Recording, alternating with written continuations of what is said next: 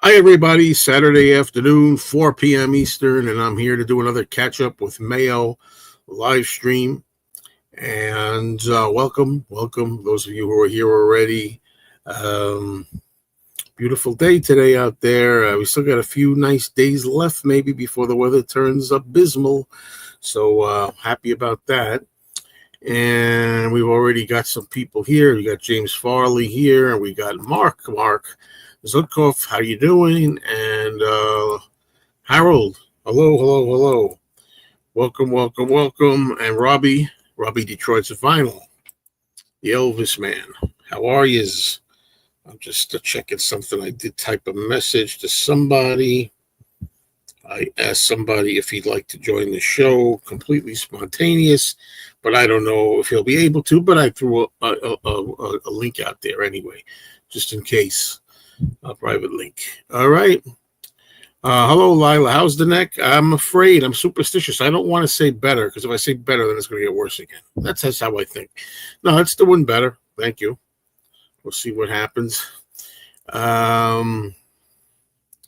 Mike Wall Jasper, hello.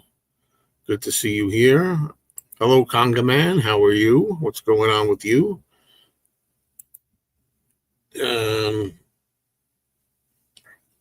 Okay. Moving to Charleston, South Carolina on the beach for my final retirement. Okay. Have fun there. Retirement. I changed the name of my retirement channel today, or my lifestyle channel. Are you surprised? I called it Mayo's Retired Life again. It's back to that. Yeah. So I think we're going to have a special guest in about 10 minutes or so, 10, 15 minutes maybe. So we'll see how that goes. Hello, Ramoga. How are you? What's doing? Hi, Raymond. How are you? And hello, Safe and Sound Texas Audio Excursion.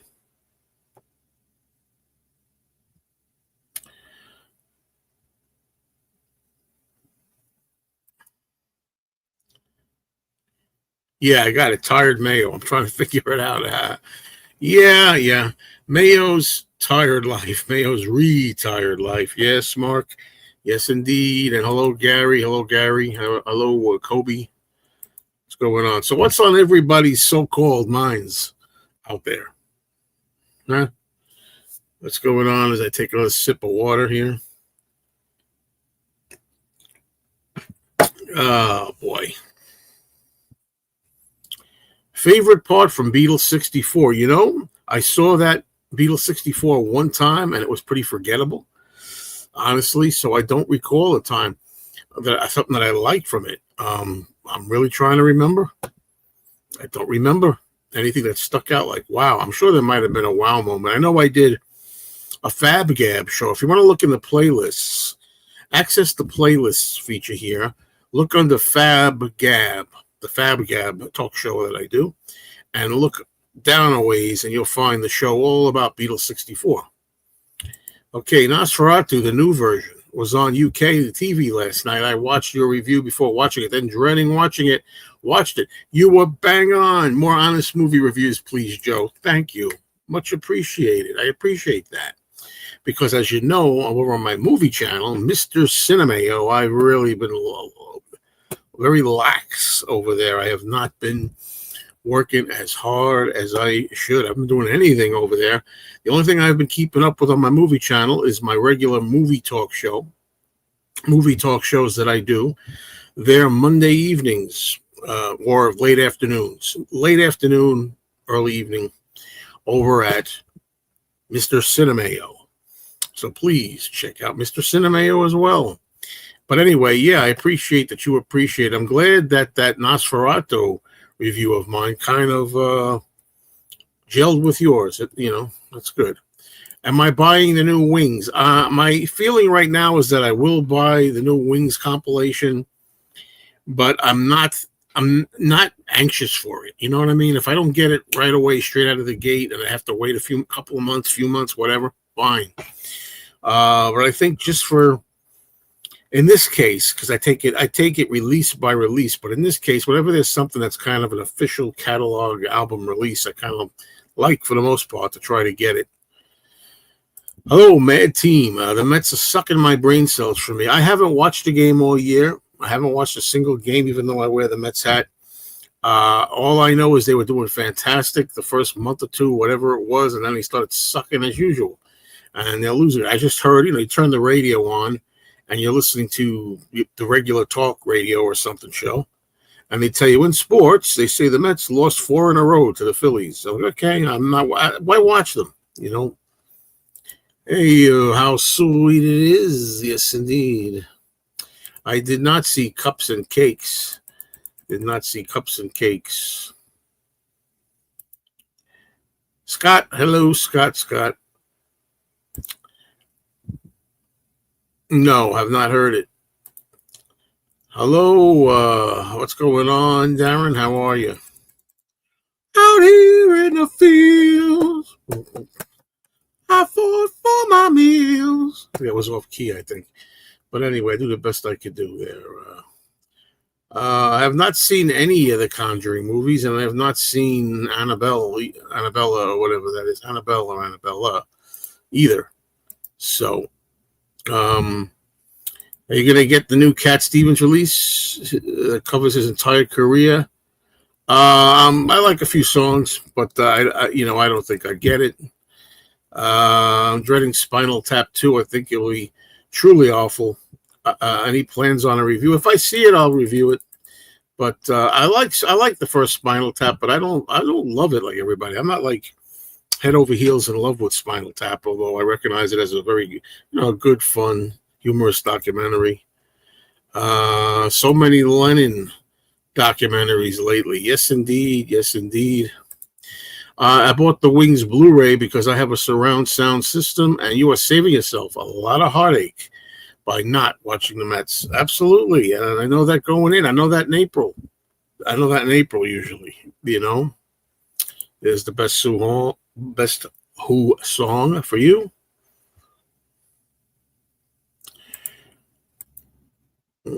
Right. So, okay, we're going to get underway here.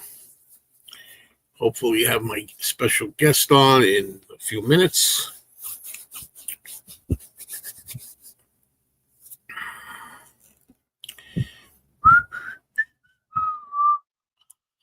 I think I'm going to just, while I have the opportunity, I might work on this. Let's see.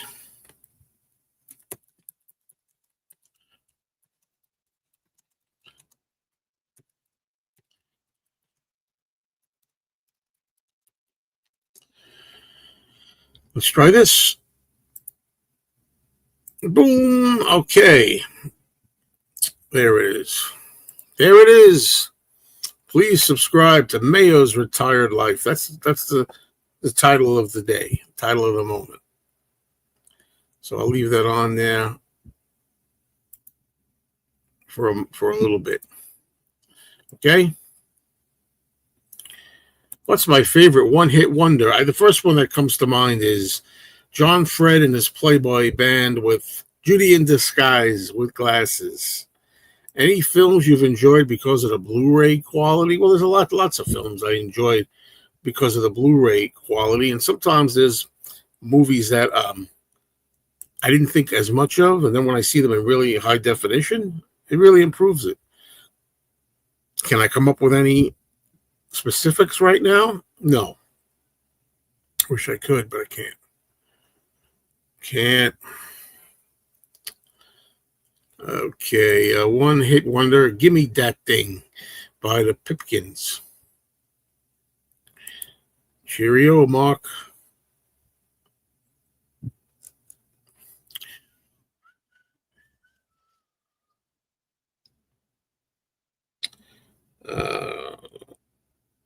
Sorry, folks. I don't like it. I remember a time when I said I don't like people doing this,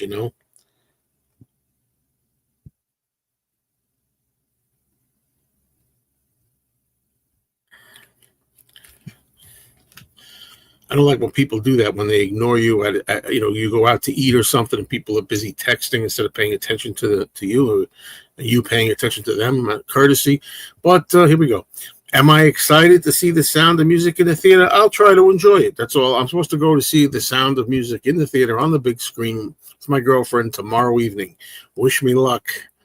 Wish me luck, please. I mean, I'm not totally against it. I mean, I like Julie Andrews okay, and the director, Robert Wise, I like him. And I've seen bits of the movie on TV. I know some of the songs. I think I'll be all right.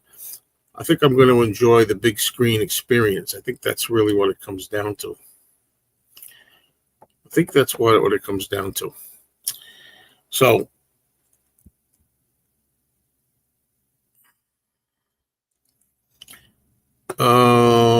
is The Sound of Music the sing-along version? What is the sing-along version? I hope not. But they have a version that has maybe song lyrics on the screen or something, or follow the bouncing ball, something like that. Because as far as I know, that's not the version, if there is such a version. So, okay. Any questions or anything? Beatles? Want to make Beatles comments? Usually when I'm here on Catchup with Mayo, it's Beatles invitation, Beatles solo group and other stuff too. We can talk about movies, almost everything. And believe me, I won't talk about just anything or everything,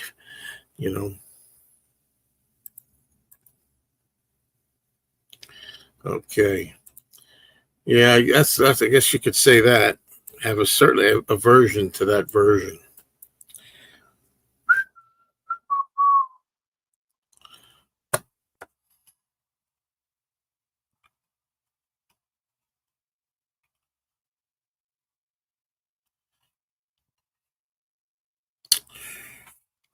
Okay. I rewatched Nowhere Boy today. I think it was a good film. Well, I don't like Nowhere Boy. I think I only saw it once, and that was enough, honestly. I'm more excited for Anthology 4 or Power to the People. Now, that's an interesting question. I think I'm more excited for Power to the People, to be honest with you. But Anthology 4, I'm really looking forward to hearing those Beatles new outtakes sessions, the few that they're giving you. I'm interested in that for sure. Hello, Marcus. Do you like the Yoko song Waiting for the Sunrise? As much as I'm familiar with a good amount of Yoko stuff, I don't know that one right off the top of my head, honestly. Nashville Skyline, I only know a couple of tracks. It's another one of those Bob Dylan albums, although I have, again, somewhat of a familiarity with Dylan stuff. There's certain albums of his, great albums, that I haven't played all the way yet. Nashville Skyline's one of them. I love Lay Lady Lay. Okay. Which autograph gave you the most pleasure? Well, it's got to be Paul McCartney. I got Paul McCartney's autograph in 1993, February 13th, when he was recording the 3 o'clock in the afternoon, the day that he did a Saturday Night Live, which contained the Chris Farley show interview that day, I suppose. But then again, I can't, that's not even true. Scratch that. That's not my biggest one. Charlton Heston at NBC Studios in person, Moses himself shaking my hand, asking me, and your name? What's your name? And personalizing it. That was a biggie. Roddy McDowell for the Planet of the Apes movies. That was a biggie. Al Pacino. That was a biggie. Now you got me thinking of all of these. Wow. And Joan Jett, the first meeting. All right. We have our special guest here, and we're going to bring him up. And although he doesn't really need an introduction at this point, I'm going to talk a little about where he's from. He has some YouTube channels out there. Now it's getting hard to remember them all. First, you got Two Legs, then you got Hands Across the Water, and then you got Andy Nicholes, Backwards Traveler, I think it's right. And that's him, Andy Nicholes. How's that, Andy? You got it, Joe. I got him all right, huh? You got them all. Thanks for having me on your Saturday live stream. All righty. Doing pretty good. Although, I got to tell you, the weekend sucks. I feel it. Now you get weekend, Mr. Retired Life. I know. You can't stand them, right? I love them. Hi, Mike. Everybody's out there. Everybody's taking up space. Hi, Gary. Oh, shit. I know. Joe just locks himself away on the weekends and says, leave me alone. I don't want to see nobody. I went into the record store. It was like, wow, everybody's in the record store. That's always been a thing, though. Record stores on the weekends are always a mob. Yeah, but it's nice, though. It really is. Okay, I enjoyed Beatles trivia with Anthony. I think he would beat Danny. Oh, for sure. Danny doesn't know anything about the Beatles. Danny doesn't know too much about anything. Danny, I love you. I know you're watching. I'm only kidding. It's part of our jokes, rapport, and things like that. I'm sure we'll get to some, and now that Andy's here too, we can get to some Beatles and solo Beatles talk too as we go. I think Joe's more excited about the Jersey Mike sandwich. Let me tell you something. Lately, for those of you who don't know, I talk about it that's my other channel down there, Mayo's Retired Life. I don't say great, good till I finish the statement. I lost 38 pounds in 5 months. Then I said, let me try a little cheating here. One day, it became 3 days, turned to 41 days so far. I'm up about 10. So it's 28 pounds. We'll get back. I'll get back. But yeah, lately I've been very excited about Jersey Mike's, and I wasn't eating any bread. I'll tell you what, for a chain place, Jersey Mike's makes a pretty good sandwich. Yeah. Mad Dog's an Englishman by Joe Cocker with Leon Russell. That's for you, Andy. I don't know, but not familiar. I know some, Joe, how I feel about Joe Cocker. Leon Russell, I don't care about at all. Joe Cocker, I like some stuff. I sometimes skip his confession time. On Bangladesh, I sometimes skip over Leon Russell, believe it or not. You guys have a drawer that has old remotes and old tech. I have drawers like that. Yeah, right here. Yeah. I showed this. Everybody does. Old phones, old iPods. Just throw them in the drawer. I showed this the other day. This is my original. Anybody want to buy it? Give me a price. My original camera. When I first made the point and shoot camera, Cool Pics. When I first made videos. Oh God, I remember those. I remember those days. I made 8-minute videos with this. I didn't know for the longest time that you could just change the definition, unless the definition, you could get 15 minutes out of it. I thought it was only 8 minutes in high def. All right. Yeah, it's a great record store, my record store. I got to say, Josh, it really is. Okay, here we go. Gary, I don't think a copyright's going to get flagged by that. I got all my Paul stuff blocking that TV. I'm not going to get a copyright for the... Oh, hey, watch out. I'm worried about me, not you. Come on. What game is that? Oh, boy. All right, well, I'll take care of the problem. Hold on a minute. How do I do? I was going to block it. I don't know how to do it. No, I don't think it's gonna. I think we're okay. You can barely see it. Yeah, he lives dangerously. He plays music and things on his channel. We'll see. I have heightened awareness. I'm sorry, paranoia. Excuse me. You said it. I didn't. Yeah. Let's see Andy's face on his stream when he's seen all the new items added to the wings. Oh yeah, he gets really into it. Yeah. Boom.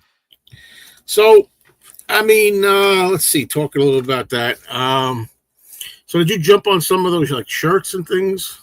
The shirts I did. I actually ordered them today. I waited. I ordered 4 of the new Wings shirts, but I have not pre-ordered anything of the compilation yet, aside from the Blu-ray DVD, because that seems to be the exclusive thing that's going quick. So I ordered that, but I haven't ordered anything else yet from this Wings compilation yet. I'm going to wait on that. Yeah. Okay. I have. You didn't? Did you hear it yet, Joe? No. Oh shoot! Come on. How'd you not listen to it yet? Yeah, because a lot of things in life. A lot of things. I'm here. I get it. Jersey Mike's. Lots of things.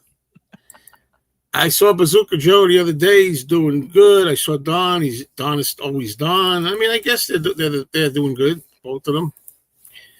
All right, let me read this. Andy, if it was your choice, what songs would you take off the new Wings comp and what songs would you add on?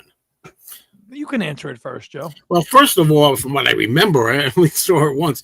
Sea Moon off. I mean, I enjoy Sea Moon, by the way. I enjoy it, but I never understand his obsession with it on all the time. It must have a special meaning to him from his children or something. He's got that on everything.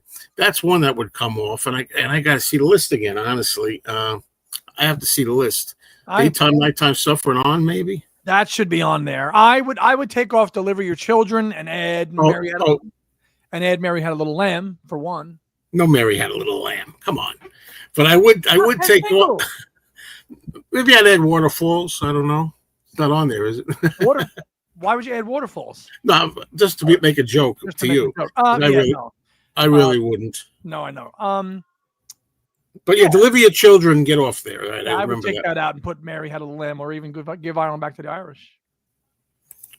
Okay, I really need to see well, I don't bring. That's another thing I don't do is I could figure it out, bring up the lists and stuff on the side thing, But I mean, I'm looking at it right now, Joe. So. Yeah, I wish I could. Yeah, I can't even do that. Well, live. I can share the screen. Okay, you can do that on your end. Yeah. All right. Just bring it in. Just bring it into the studio.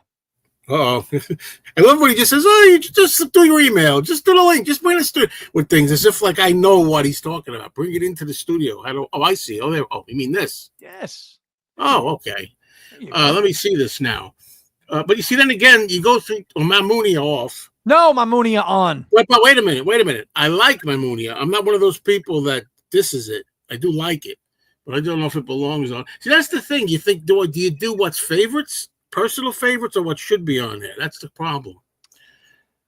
It's interesting that some people never knows on there. I think that's cool. Well, I think we can owe a debt of gratitude to Denny Sywell for that because it's his favorite.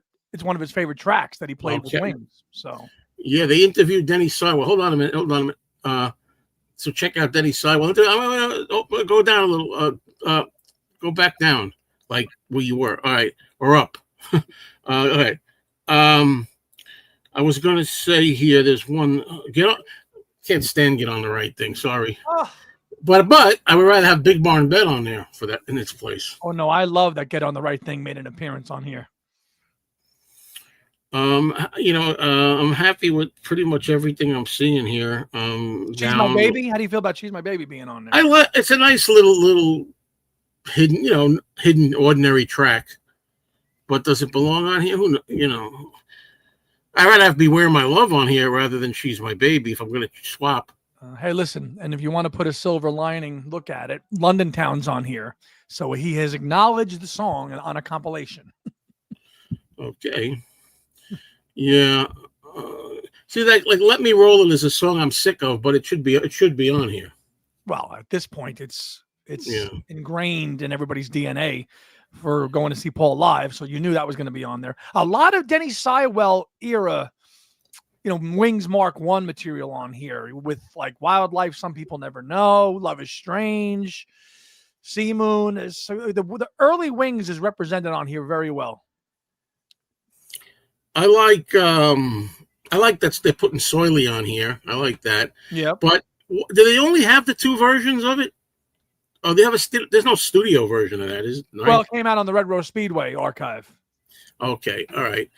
So I don't know. I mean, what in a way, I guess it's cool to have the one hand clapping one. I guess on there, it's good. I like that version. Yeah, but Daytime, Nighttime Suffering's a big miss on this, especially considering it was Linda's one of her favorite songs, and Paul's spoken about it plenty. That you're surprising that song did not make an appearance. That's the one big glaring omission, I would say. Yeah, and when it comes to Back to the Egg, it's always underrepresented in my view. It's always got like Arrow Through Me, which is great, Getting Closer. It's always like the same ones all the time. What else would I expect from there? What have you pre-ordered, if anything, of this, Joe? Or have you not yet? No, I haven't pre-ordered anything. See, the thing is, most of the time I try to get mine at there's a few stores around here, and one of them in particular specializes in new releases. In fact, today I called up to try to get the Ringo Rama, which is totally another story, and they didn't get that, which is very unusual because I usually get like the last one, even soundstage colored vinyl Ringo. Oh, I got that. They just walked in. I like that better. I don't like pre-ordering unless it's something I think I'm not going to be able to get somehow at a store. And my usual record stores, the one that I favor, that I go to all the time, they don't really specialize too much in new stuff. This is used, quality used. So yeah, I'm going to probably do it with an Anthology. Same thing. I didn't pre-order Anthology. I'm going to go and buy the CD, 4 CD set or whatever it is, 4-volume CD. I'll wait until probably around the holidays or after the holidays when you'll see the price of those things drop drastically, especially the Anthology. I bet you that drops in price. All right. Let's see where we're. Let me get this. Let me just look around here. Give me a chance here. I'm just doing a couple of things. All right. All right. What do you think is the most likely reason that London Town and Back to the A archives are still not released? Well, I can share that from what I've heard is that the team that was working on the archive, Paul McCartney archive campaign, no longer works with MPL. And that has been one of the reasons they've been delayed. That team is not with him anymore. So they're likely done, but they're not. It's kind of, he hasn't started it back up yet. From what we've heard, they are both done and just sitting in the can. Yeah, I mean, especially if they're done, I still hold faith that they're going to be out at some point. As we commented, I know Tom posted on the Two Legs Facebook. Can we put a fork in it? And you and I both said nope. No way. Yeah, I always talk about that. What live Beatles concert do you think deserves an official release? I have an idea, but I always say Shea Stadium, but I feel like I've done this thing a million times. I'm not talking about necessarily an album, which I'm sure they'll do something with. I want a documentary. With the concert as cleaned up as you can get it. Can I say the usual thing? Rinse and repeat. In case some people haven't heard it. I know there's a lot of footage. They have warm-up acts. They have fans arriving, fans milling about, going up the escalator. They have like all that kind of fanfare stuff, like build it up. The Beatles, they're circling over in the helicopter, looking down at the city. They're in the dressing rooms. They're goofing around. They're opening gifts that they got. They, combing their hair. All this kind of stuff. Make a nice, complete documentary with great sound and picture. And you could maybe make an album out of it, but I want to see that the most. What about you, Andy? You have an idea? Shea is, I think I agree with you. Shea is the number one, but I'd like to see some of those concerts from '66 in Germany and stuff like that. Yeah. Where they're doing the Rubber Soul stuff. But it should be Shea. Historically, it should be Shea. And it's never been a priority for Apple, even though there was a legitimate home video release of Shea back in the 80s, as you will recall, on VHS, but it was horrible quality. But it should be Shea. But yeah, historically, that's a biggie. And I think a lot of people would like some kind of a montage package, like a package of live performances with that. They could put some Melbourne, Australia in there. They could put in Paris 65. There's a whole bunch of stuff you could put in there. Germany. Mm-hmm. Tokyo, and Budokan. That. No, we were talking a little about this before, but yes, I did. He's got the shirts. I'm thinking of the music here. Not all of them. I picked out 4. That was it. I hear you, Mark. So, what's your favorite meal and dessert? Diets aside. Oh, come on.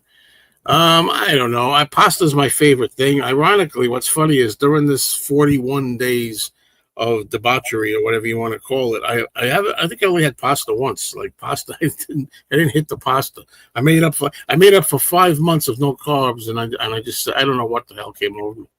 But I shall return.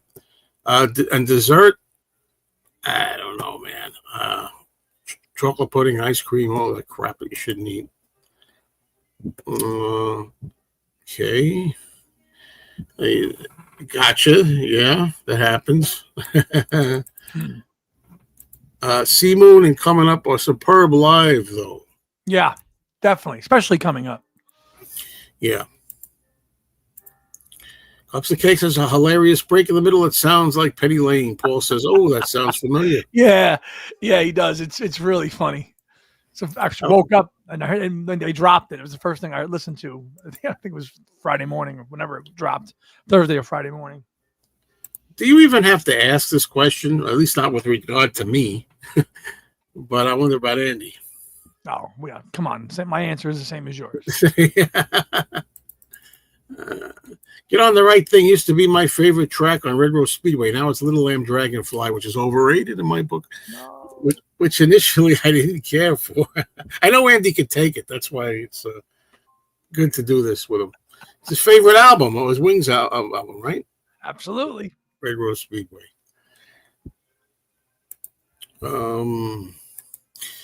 Take Off Mamunia and Sea Moon and add Girls School, and So Glad to See You Here. Two rockers. I'd be fine with that if you added Girls School, especially Girls School. Oh, yeah. I prefer the Wings Over America live version of Soily to the one-hand clapping version. I think Wingspan is the best collection for the money.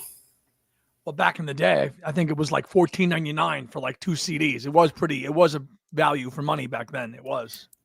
I think James is trying to get something started here. That's what I think.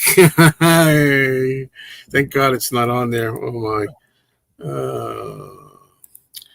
One-hand clapping version of Live and Let Die is amazing. It's been a while since I heard that. I'm trying to remember it. Hello, Eric. Hello, Eric. And then you got Paris 64, which is another idea.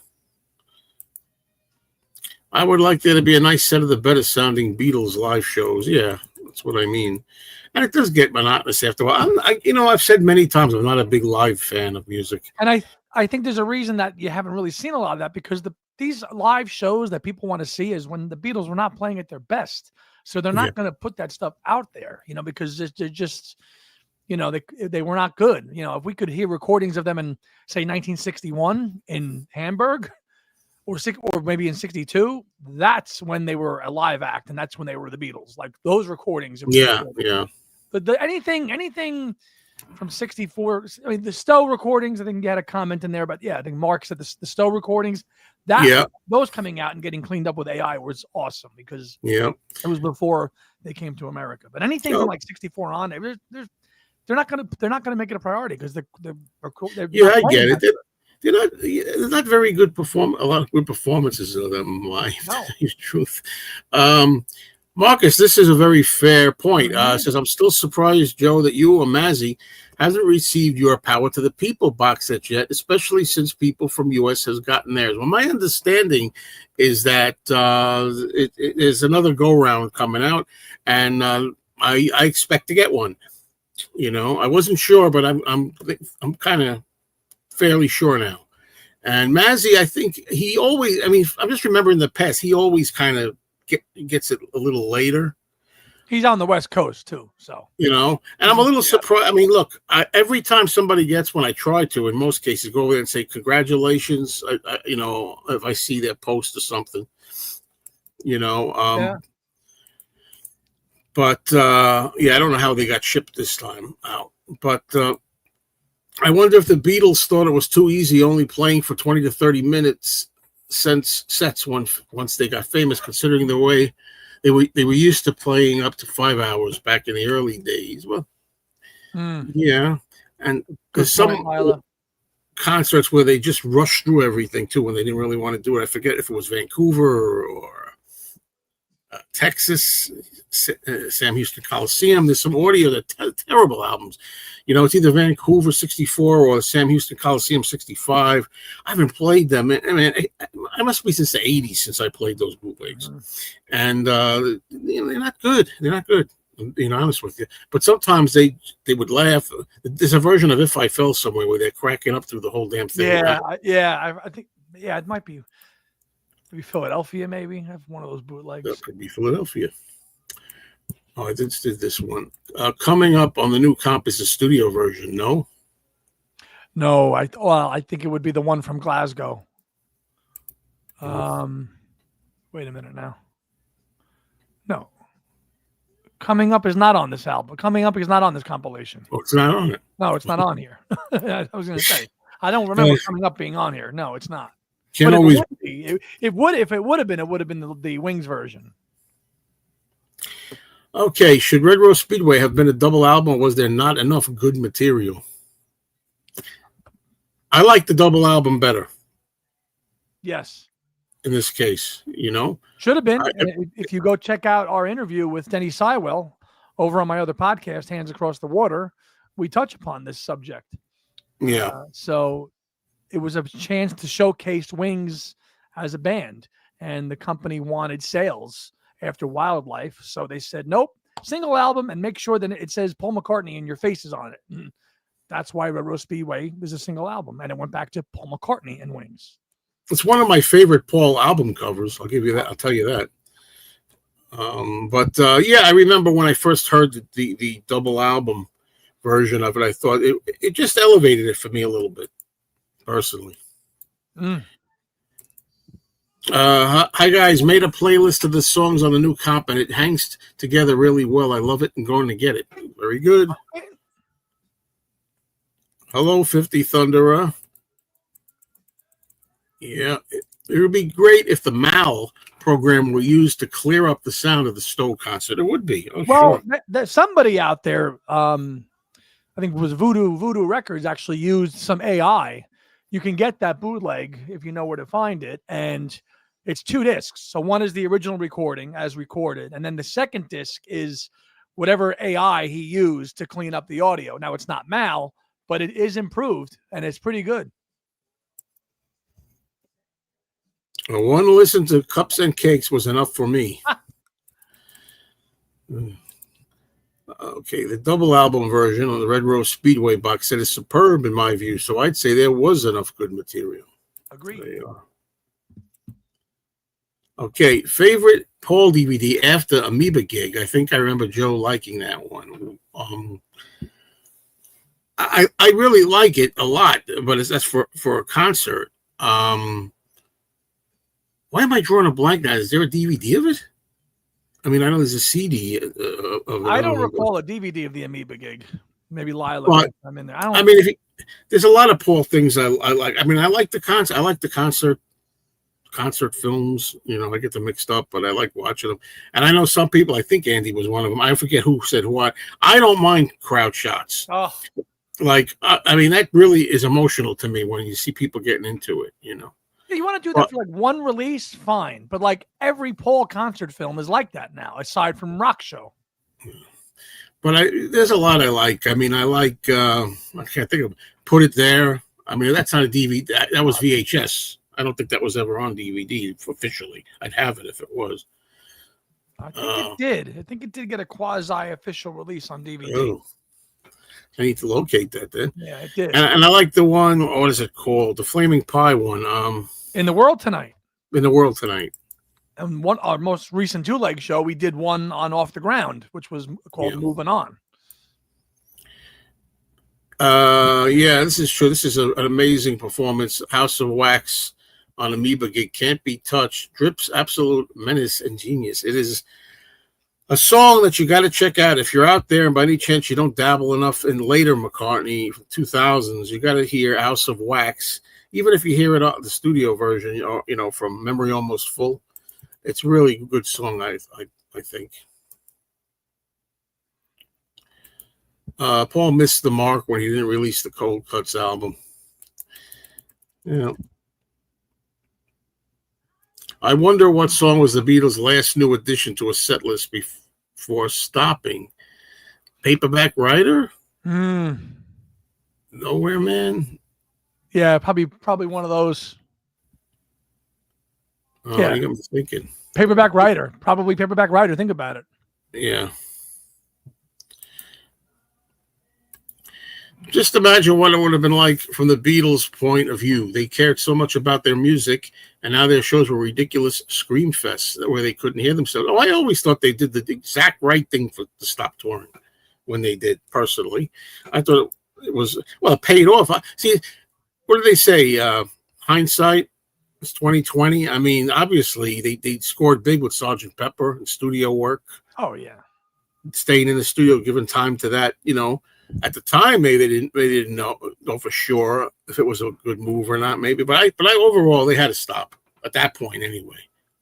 Things were getting lousy all around. They couldn't hear themselves, and of course, all the stuff that went on with burning the records and Philippines and everything that they went through.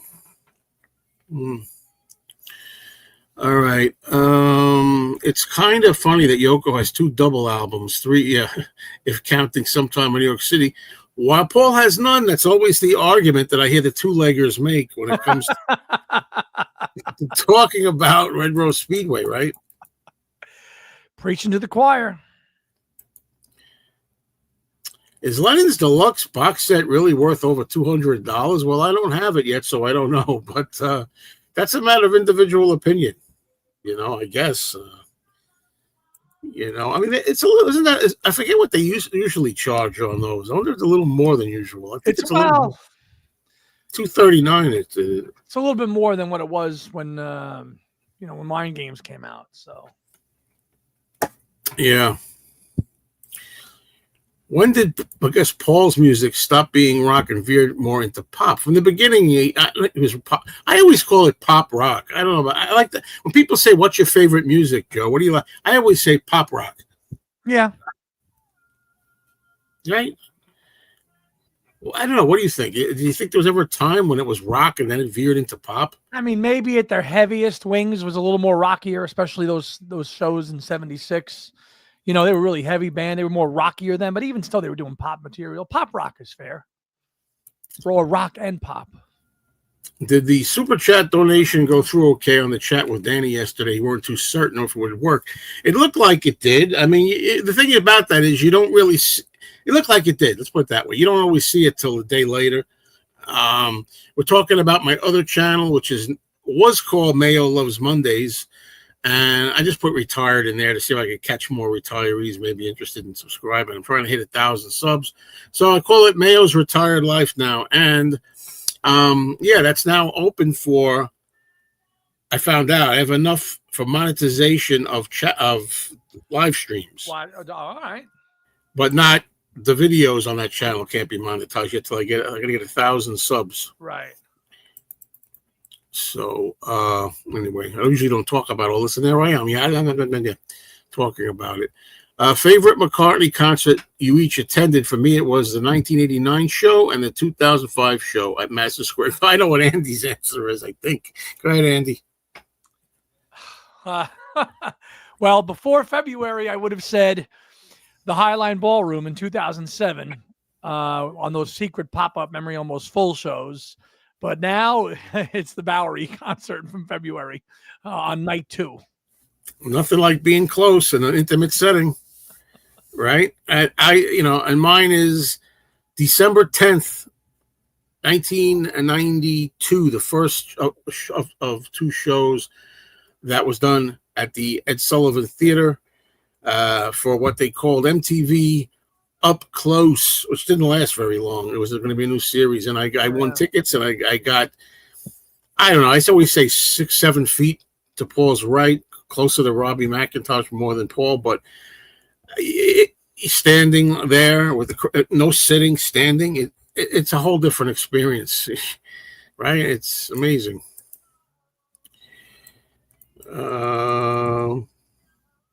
Live at the Cavern gig is a nice DVD. That's right. Strange gig. Nice to see Dave Gilmour. Yes. Yeah, you had George do it if I needed someone, but I didn't, technically 65. That's 65. He did it in 66. He did it in 66, but Paperback Writer came out in 66, and they played it in 66. So I think Paperback Writer is the correct answer. Right. What's the guy's channel? It's got the great sounding Beatles show. You guys were just talking. I can't remember what I was just talking about. What Was I? show? The Stowe Show? Oh, the Or Stowe. the Stowe? Well, or my other podcast. Which one? You're talking Who's got the? Great Where Sounding was Beatles. this? I don't Where know. was the Stowe show of? Are you talking about Voodoo? Maybe that's Voodoo. It's not a YouTube. You got to search. You got to use Google to find that. Do I still have that Glastonbury that doesn't play from them that I got? I think so. I think I have a copy of that boot somewhere. Hold on a minute. Let me close. I saw Paul at the American Airlines Center in Dallas in 2014. Best show I've ever been to. Do I have it here? I do. Here you go. Yeah, this. You blow this up. It's 2 CDs. There you go. Yeah, nice. Look at that. You don't fool around. You don't fool around. No. That's very nice. So 2 discs. There's your tracks. Okay. And the second disc has all this cleaned up. So I just don't understand is on there. They do that live? Yeah. Well, I forget. I mean, I did hear. I heard it once when it first surfaced. Yeah, that's pretty. That's a song. I got to think about that one. Yeah, this guy does a nice job, man. I might have. You see, that's the thing. A good label too. Oh yeah. Again, in the old days, in the old days, I used to be like, give me everything, give me every bootleg, everything I could find, CD, vinyl, and now I'm like, I don't, No, and I did. Joe, I was the same way. You wanted to grab up everything you could when back in the '90s when the bootleg CD was king, and God knows we spent so much money on boots. But once the internet took over, it was just so much easier. This one was a little different because this guy's stuff is very good quality. So I don't really purchase Dutch imports anymore. But Dutch imports. Yeah, I always say the word. I like to say unofficial. So but this one I didn't mind grabbing because this, see, it got the AI enhanced on there on the bottom. So it was worth it. Did Bob lug? I don't think so. I don't know. Well, let me start by saying thank you, Mark. I really appreciate this. Yeah, I got to pay for this damn StreamYard. So any contributions are always welcome. Not required, but very, very much welcome. Let's see where I'm at here. I'm glad that Paul has been taking his time with his new album. I'm hoping that it'll be excellent. It will be a very special thing for him to come out with a great album so late in his career. Look, I'm hoping so. My theory is that he's really taking his time. He really wants it to be good. And I hope that's enough. I hope him taking this much time is enough for it to be really good because, he's never going to stop. And you'd like to think that he's going to go out really, really big, saying that this is going to be his last album. You never know. But it could be. So you got to really, really get it good. The screaming always staggers me. What a weird phenomenon. I know if I had a ticket, I'd want to hear them sing and play. Do you think the screamers cared about the music? No, I don't. No. not most of the maniacs that were screaming. It's amazing that they would do that and not be able to hear them, not care about hearing it. I don't think then I wonder sometimes if they even had control. Sometimes I think they didn't have control. They were that orgasmic over the whole thing. No. I really wonder. Yeah, I'm glad that they didn't cut the saxophone out of the live instant karma. Well, let me tell you, I'm gonna be listening very carefully because I did watch the reviews that are out there. Beatley Tone did one, and Andrew Dixon, especially Beatley Tones. And I'm going to give you whenever I get around to listening to mine, which may be some time now. I'm going to tell you, but I don't like what I'm hearing. I make it clear every time. I do not like this aversion to saxophone. Now, but in the live performances, I understand they had to do a little bit with that. It was overwhelming in a lot of spots. I'm talking mostly the studio is what I'm reacting to, not so much the live one-to-one concert with eliminating sax so much or subduing it. Talk about mostly things I've heard on the tracks for Sometime in New York City. That's what I question. But I got to listen to it. Favorite McCartney compilation for me, I always love Wings Greatest. Maybe because I grew up with it. I don't know. All the best for me because that was big when I was a young kid. I always pigeonhole Lennon and Harrison music as preachy, whereas Paul is either bombastic, subtle, but definitely fun. Yeah, I did a video that didn't take off very well. It surprised the crap out of me. That's was just asking the question: is George Harrison really the best Beatles lyricist? And some reason I never, although I like a lot of George lyrics, I never really thought about it as hard as I did in this video. And I thought, he's got a hell of a lot of good freaking lyrics. His lyrics are really introspective or interesting, or maybe even on par, more than John even. Okay, dare I say that? We get some feedback on that. And that's as a Lennon guy, I'm saying that. Yeah. Very, very good lyrics. Yeah, it's a good album, underrated for sure. Hello, Ollie, Perry, what's going on? They should have taken a break. They were just sick of the sight of each other. Billy Preston to get back made such a difference to the vibe. They needed to work with others, get new influences, etc. Razor, I have been saying that for a long time. I think after the White Album, they should have just taken like 6 months off and gone back into it. They just needed a break. You are spot on. I think if they were going to stay together, that would have been a good idea. But I've always been pleased the way it worked out. I'm glad they broke up. I'm one of the few people that say I'm glad they broke up. I wouldn't have been happy, I'm sure, had I been like 17. Yeah, you're right. Joe. I agree with you 1,001% on that. They broke up when they were supposed to break up because, it would have been great, to have Beatles albums in the 70s, but they are just so frozen in time now, and they're never going to be touched. Those 13 albums. That's why we're talking about them. 60 years later, they're frozen in time. They're so impactful still. I mean, and listen, I like the Stones casually, but you want to go see the Stones, go see the Stones. The Beatles they're frozen in time, man, and it's never going to be. They broke up when they were supposed to, but that's what I think. And they broke up because they grew up. A lot of it. Charlie, yeah. If you change the title of your channel, you have to subscribe again, or is it considered the same channel? No, it's the same channel. If you're subscribed, you stay there. Thank you. Unless you want to subscribe again, that'd be good. My favorite McCartney concert was 2005, 21st row. Hello, P. Yesterday was the 20th anniversary of the release of Chaos and Creation. Can you believe it? I know you did a show on it. In Chicago, yeah. In my opinion, one of Paul's great best albums. I think it's one of his best later albums.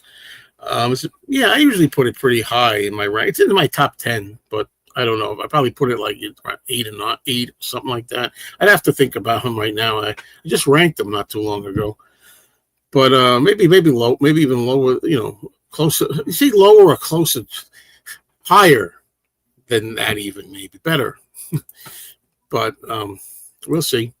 Have you guys ever wore a themed T-shirt? Someone in the street, mall, or bus, train has complimented you. Just today, I got that. There's a kid at the 17-year-old guy at the record store. I don't have it. I was wearing a Beatles rooftop shirt, and he goes, "You always got the best Beatles." I like that shirt. I always got the best Beatles shirts. I'm like, "Thank you."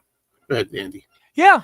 Sometimes I have, especially at fest. But even when I'm not, just in regular, public, sometimes, that's a cool shirt.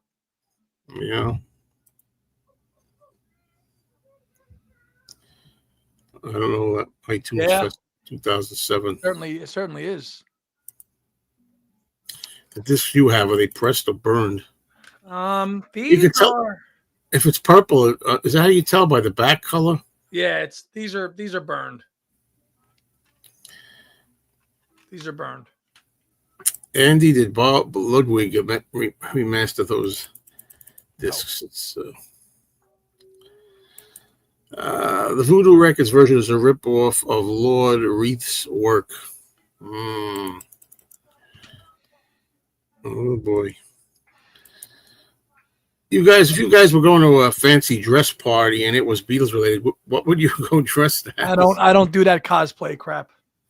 Yeah, no, I don't. I'll wear an album shirt and that's about it.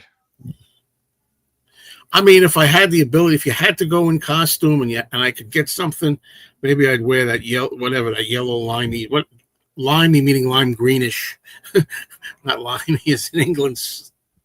Man, you know what I mean, lime-ish kind of yellow John's pepper thing. Oh. I call it lime. It's yellow, isn't it, or lime green? I don't know. Like a lime. It's like a lime green. Fun fact: my father actually made me that outfit for Halloween one year when I was about 10. My mother found it at a consignment shop, like this green suit, and then they doctored it up to make it look like John's pepper uniform. And it was actually, they did a pretty good job of it. I just wish I had a picture of it still. I think Andy would look perfect to go as the boy featured in the video for You. I always say that. You always do. You always say that. You look like the same haircut or something. Now, here you go. Somebody has to ask, do you think Paul's voice has changed? He seems to struggle at Anfield with the Springsteen this summer. Will he change his style like Dylan to match? No. Nope. Should I mention it? I love Paul McCartney. And people like to go see him regardless, because it's just the experience of being with Paul. But I think his voice... No. Let's not go there. This is my channel. It's shot, man. It's shot. But still, every time when I've seen him in 2022, for me being the most recent, I still have a great time. That's all I could say. Andy, did you get the Stowe concert? No. From the Alkmaar? Did you get it from there? I did not. No, I did not. Remember the sax on George's Cloud 9? That was a big part of the song. Yeah, it gets me. There are a lot of people I found out that don't like saxophone on their rock music, whatever reason, or, pop music for whatever reason. Mm-hmm. And even the most little flourish. And I want to hear what Born in a Prison sounds like, because I like that song very much, and I hear there's some sax missing from there. That's part of the character of that song. So I want to see. Let me hear. Beatles once called into my local petrol gas station in my little village here in the UK. Either Neil or Mal was driving the van, and Ringo paid for the fuel. Unfortunately, I wasn't born by then. Okay. All the best as we all stand together on it. That right away disqualifies it. No. Yeah, not a favorite. Someone joked that the main reason for cutting the opening sometime in New York City was because it had too much heavy saxophone. I want to say, yeah, a lot of us made that joke. I made it to somebody, rather involved as a laugh, I made my own McCartney compilation around 20 years ago because I like a lot of deep cuts and don't really care for all of his hits, such as With a Little Luck. Oh, I love With a Little Luck. Full version. And they put the edit on this damn compilation. Yeah. I liked your video about George's lyrics. Well, thanks. I think he was a great writer of lyrics. Sure. For Harrison, Blue Jay Way is staggeringly brilliant. Also, Only a Northern Song. I like Only a Northern Song. I like both of them. I don't dislike either. But I think I like Only a Northern Song better than Blue Jay Way, maybe. Yes. No question. Beatles went out on top. Yeah, that's it. They don't have... Eventually, I keep thinking, as great as they all were, that eventually they'd have to have a flop album. Or flop, not in successful terms, but in artistic terms. It'd have to be like not a very good album. They'd have to do that at some point. How could they go on for another 5 albums, 6 albums? I don't know. That's why I'm glad they never got to that point. Really hope Paul adds an MSG or UBS show on his upcoming tour. I'm really surprised he didn't originally announce one. He better not. He better not. If he knocks out a Madison Square Garden show after the ones I'm going to, I'm going to be pissed. Oh man, that's going to be fun. I don't think he is though. Me either. Too bad Only Northern Song was left off Pepper because Martin didn't like it. It would have worked good on Pepper. I agree. Yes. But I mean, look how great Pepper is anyway. I mean, it's great anyway. It turned out really good, and now I've come to really like Within You Without You. Yeah,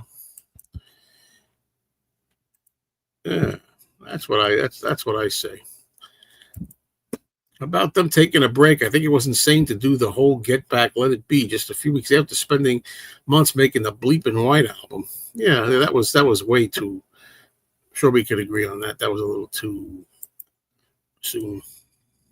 Do you think if they didn't break up when they did, or broke up but Lennon didn't die in 81, and they got back together, would they have ended up making a mediocre or straight up bad album? I don't know about that. You can only guess.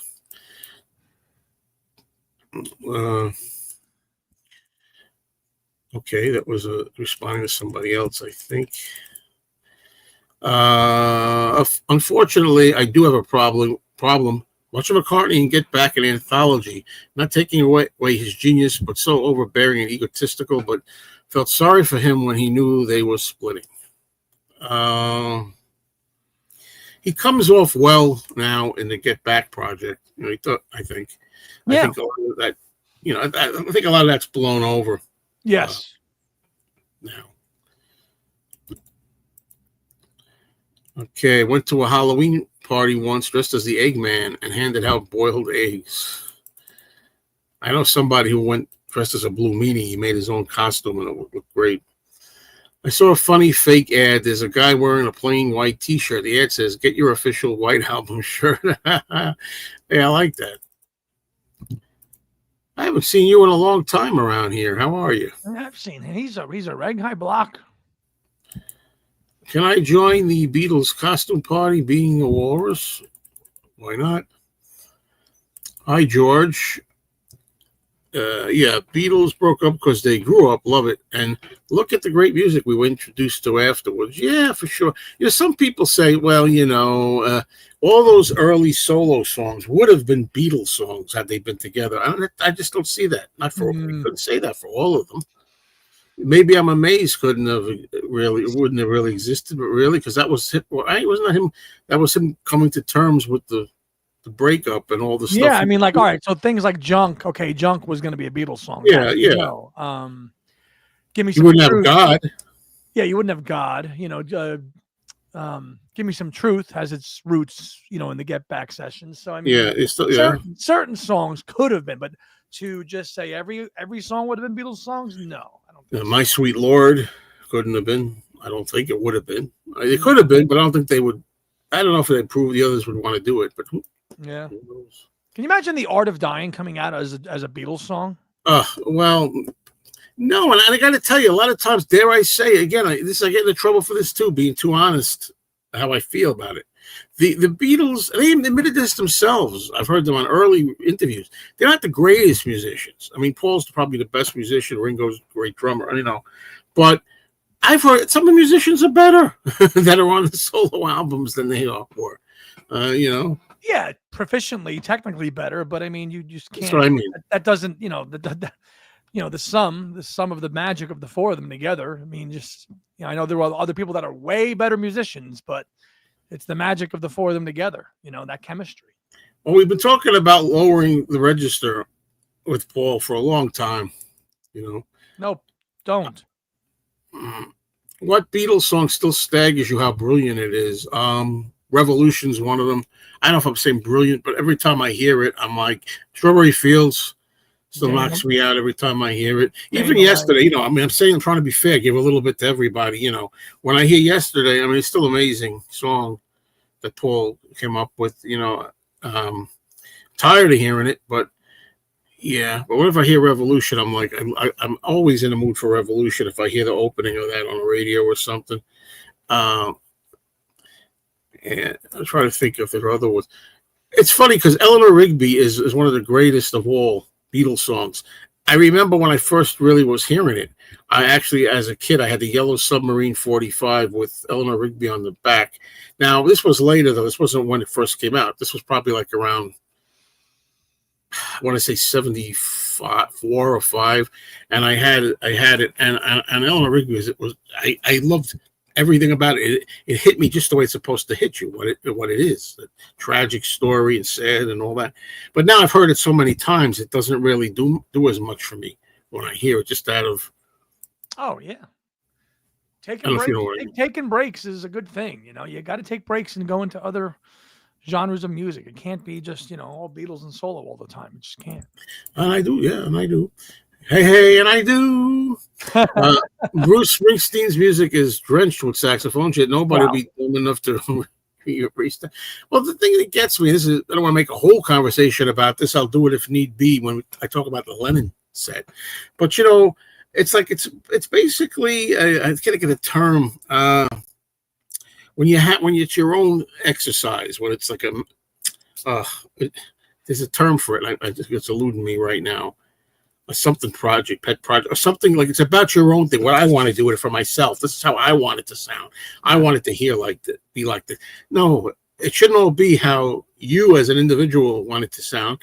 It should be the way Dad wanted it to sound, or something. But then again, I always like John's voice being more centered, and John didn't want it that way either. No, but John liked sax and horns, apparently.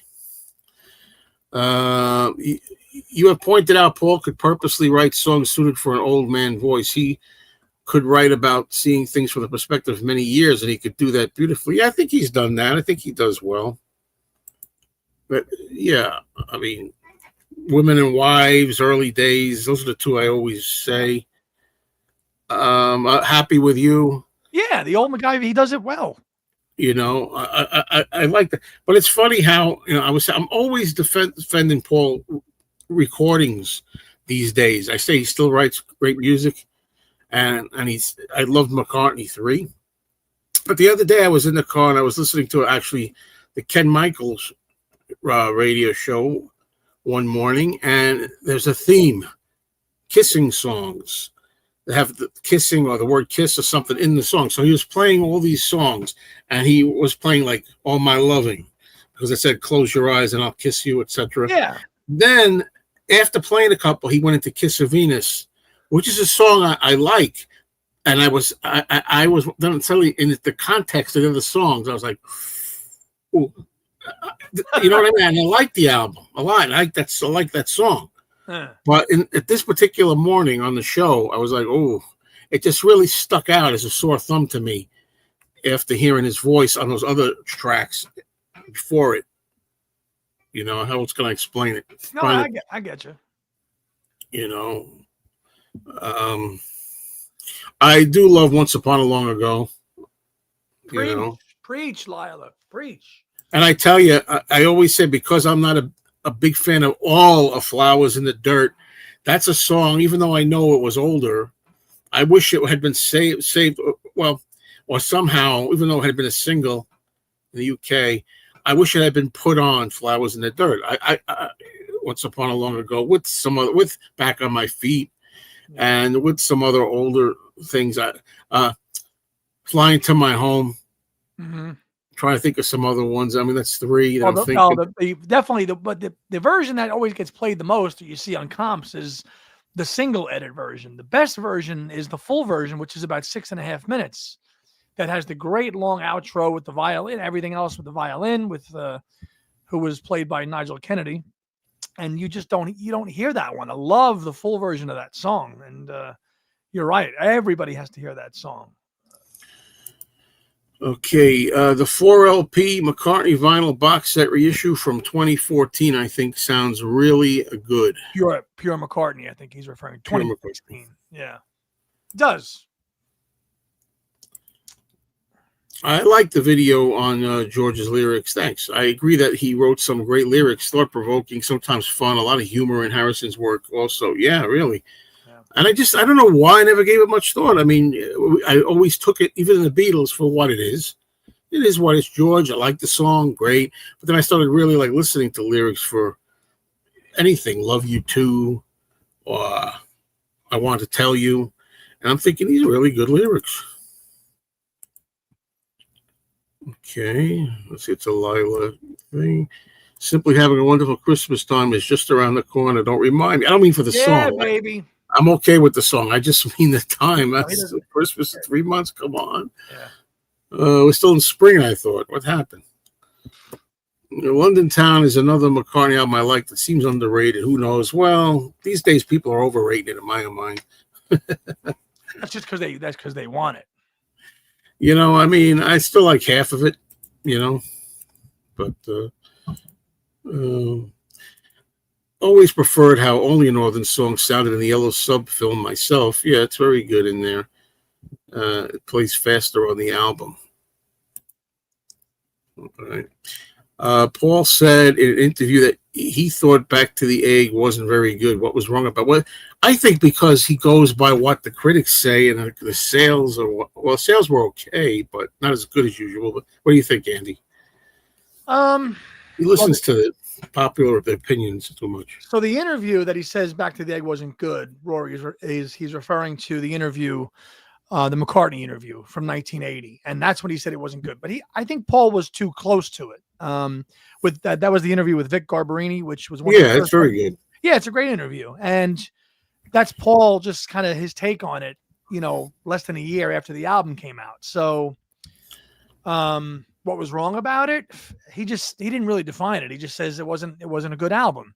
But I think if you ask 83-year-old Paul McCartney now, his opinion on it has definitely changed because, he's talked about some of the tracks. If you subscribe to his newsletter, he mentioned Getting Closer, and he's also talked about Arrow Through Me. So did he not remember it? I thought there was something where he wasn't sure that he remembered that one so well or something. That's probably like Arrow Through. So.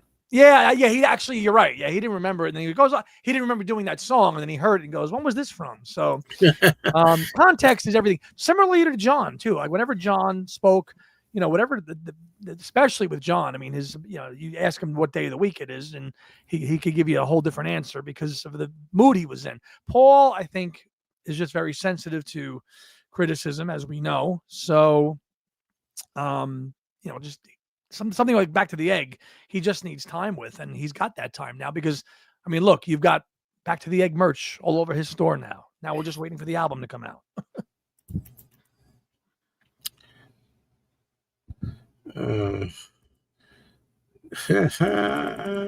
Grumpier. Oh, I'm not grumpy. Come on, man. Doing good today. I can't imagine the Beatles making a bad album, but if they kept on going through 70s and 80s, there would have been some decline in freshness. There had to be a decline. You can't do that all the time. It's amazing they did it as long as they did, really. Judging by all four of their first solo albums, I think the Beatles had at least one more great Beatles album in them. Yeah, I could buy that. At least one more. I bought the old vinyl version of George Harrison's Dark Horse, Warner Brothers, just for Crackerbox Palace and Love Comes to Everyone. Wasn't on the latest hits compilation. Yeah. In regards to all four of the Beatles' early solo stuff, think about their early stuff as the Beatles. Solo stuff. Oh, we talked about that. No, the closest was George's All Things Must Pass, but the Beatles passed on it. Yeah. Don't forget Cold Turkey also wound up being a Plastic Ono song, but not a Beatles. Yep.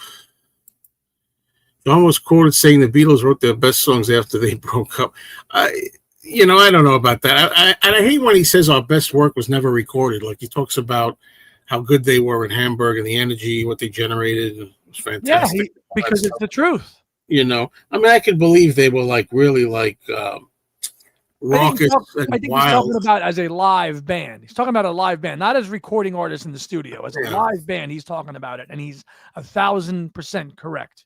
Our best work was never recorded, meaning the live stuff, because they weren't, other than that Star Club tape, which that's it. I'll never tire of Every Little Thing and Hey Bulldog. I'm looking forward to outtakes of those two on Anthology 4, especially Every Little Thing. I want to hear another version of that. Beatles didn't pass on All Things Must Pass. It was George withdrawing his own songs, probably because he hated the idea of recording them live, as it was the original idea for Get Back. Do you guys know where I could find footage where Paul sound checks to see Moon? Yeah, everywhere. It was shown in UK TV once, and it was staggering. I was wondering.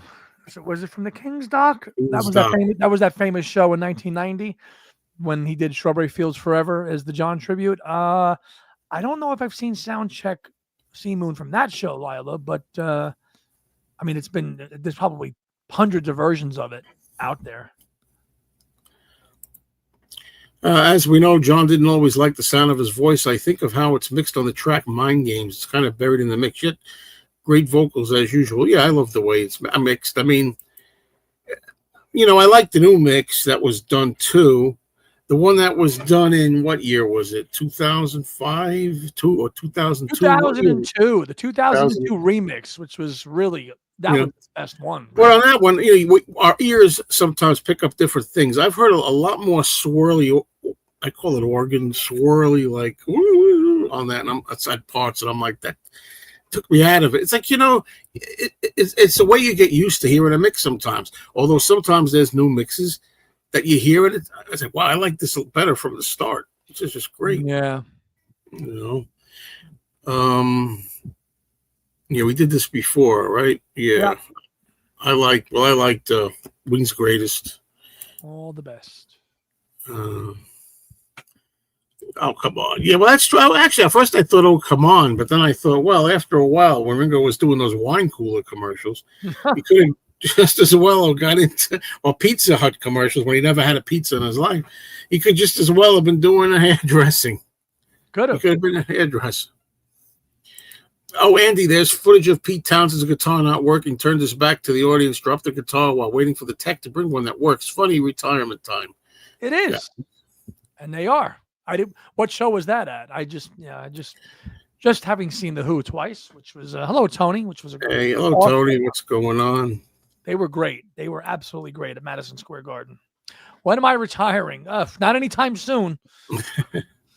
Not anytime soon. With 7 Paul shows to go to.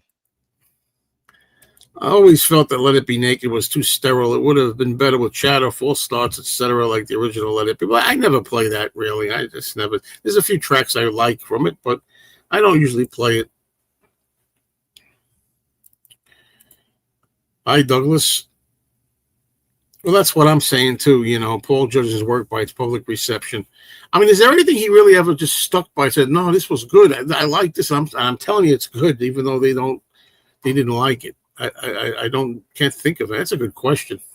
Well, Band on the Run, Tug of War, and Flaming Pie, I think, are 3 albums that he can stand up and say, those were good albums because they were very well received. Well, I mean, things that were not received, but yet he still says, I don't care like what they think. That was good. I like that. They're wrong. They missed it. Yeah. I'm trying to think. Well, again, in that same interview, the McCartney interview with Vic Garbarini, he changed his opinion on Venus and Mars, which he goes, after it came out, I was very down on it. And then I was at a party talking to a college professor from Smith. That's the one. And he told me that he liked it. And then that changed my mind about that whole album entirely. Same interview. Wildlife, the story with Wildlife. Hey, man, I'm going up in the mountains, taking this with me. Yeah, well, see, that was only one guy, and it made him feel better about it. It's like, come on, man. I'll praise McCartney, too, for you. And that's already gotten some acclaim now. People like that now, better McCartney, too, than they used to. And I'll praise Back to the Egg all day long if you want, Paul, if that helps you like it, I saw a comment. I mean, we didn't get to it yet, but, Back to the Egg was the album that Paul actually made the most videos for any album, which is crazy. Sure. There you go. There it is right there, James. Yeah. Made a whole video, basically, about the whole album. Happy birthday, Stella. Okay. I'll be right back, Joe. Got to grab a water. Sure. Ram is the one I always return to, just a balanced rocking album. Paul's voice is extraordinary and varied throughout. Sure.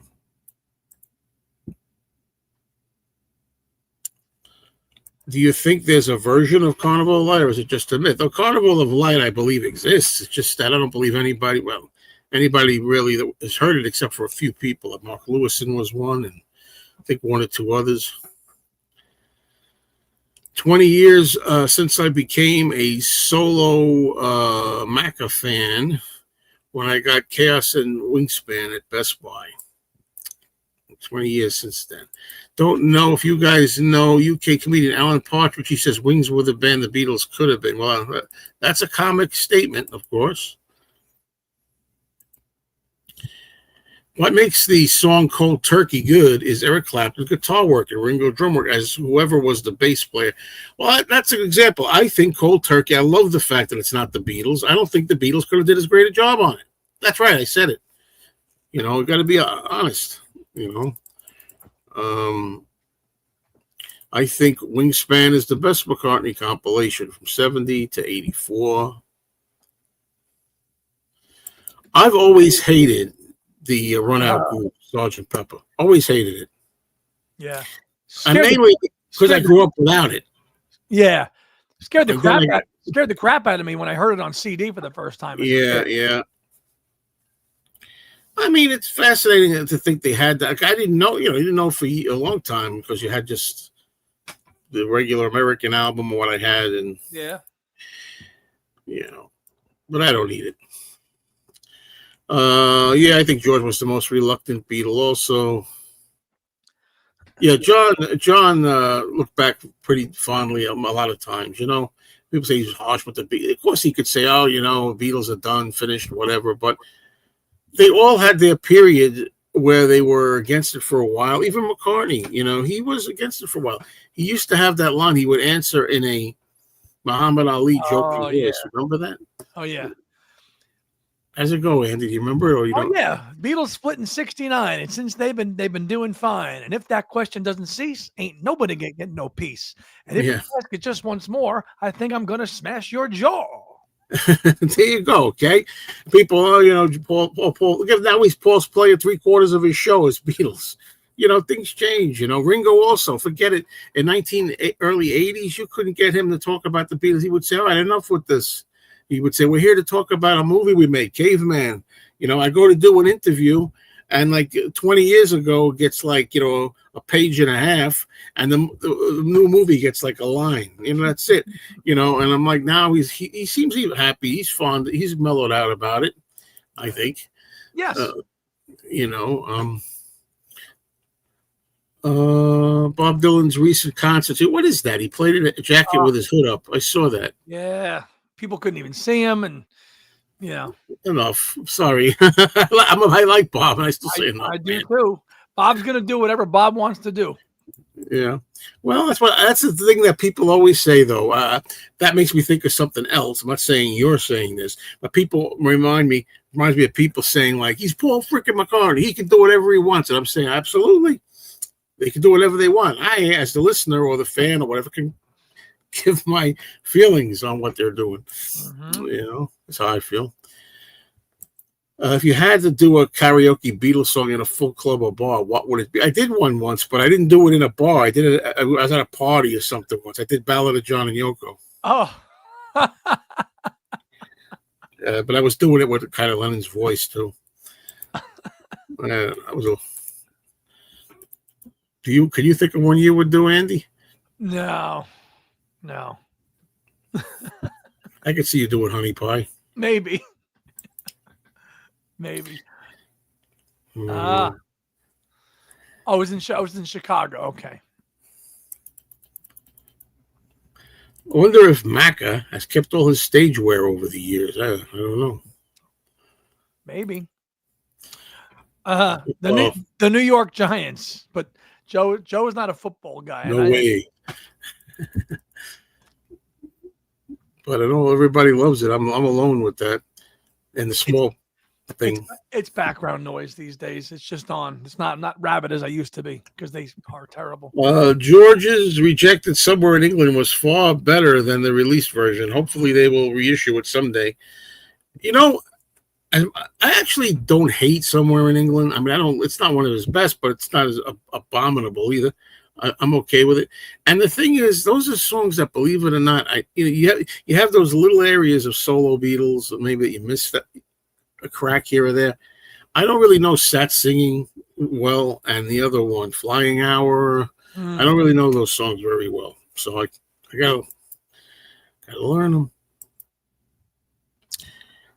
Sometime in New York City is a bad album. The Woman's Song is the best on it, as well as New York City. Well, those two songs are my favorites on there, and I don't think it's a bad album anymore. Do I think it's John's least of his original studio albums? Probably. but I don't. I like the album myself. Do you think Paul's new album will have 100 different colors? If so, will you get them all? Nope. No. They might have like 12 different colors, but I don't know about 100. No. No. What's wrong with John live in Toronto? I love it. I don't, even as a Lennon fan. What can I say? I don't love it. There's not a lot of good live stuff out there. I like side one. I like side one of that record. No, even side one. I mean, he gets. I don't want to hear him doing Blue Suede Shoes. I don't want to hear him doing Dizzy Miss Lizzie or Money. I think those are pretty good rock and live versions. To me, well, we know he was nervous, right? And it just sounds so. He gets into it later. I think when he's doing like Cold Turkey, I think he starts getting into it more. And I like that version. That may be my favorite live version of Give Peace a Chance. I don't know what about it. It just moves faster, nicer. Yeah. But in the beginning, when he's going like, well, it's a one for the money, da-da-da, two for the show. Da-da-da. Can you get into it a little bit more? Get ready now, go cat. Oh, he does. Remember, he was nervous. That's what I said. So, therefore, I find it a poor performance because he's nervous. But I don't like 1-to-1 either. And I'm really hoping whatever they're doing with this is going to make it better, because hopefully we find out soon. Tears of the World. That's another one that Good I don't. one. Yeah, Linda looks pretty amazing when you first see it. I think in those early pictures when what is that one when she's like talking to Paul and he's like this. The early like press picture, she's like this with the mic. Oh, that's at the Sgt. Pepper launch party at Belgravia in Epstein's house. Yeah, and she looks great on some of those Maybe I'm Amazed pictures. And the wedding. I like the way she looks then. Yeah.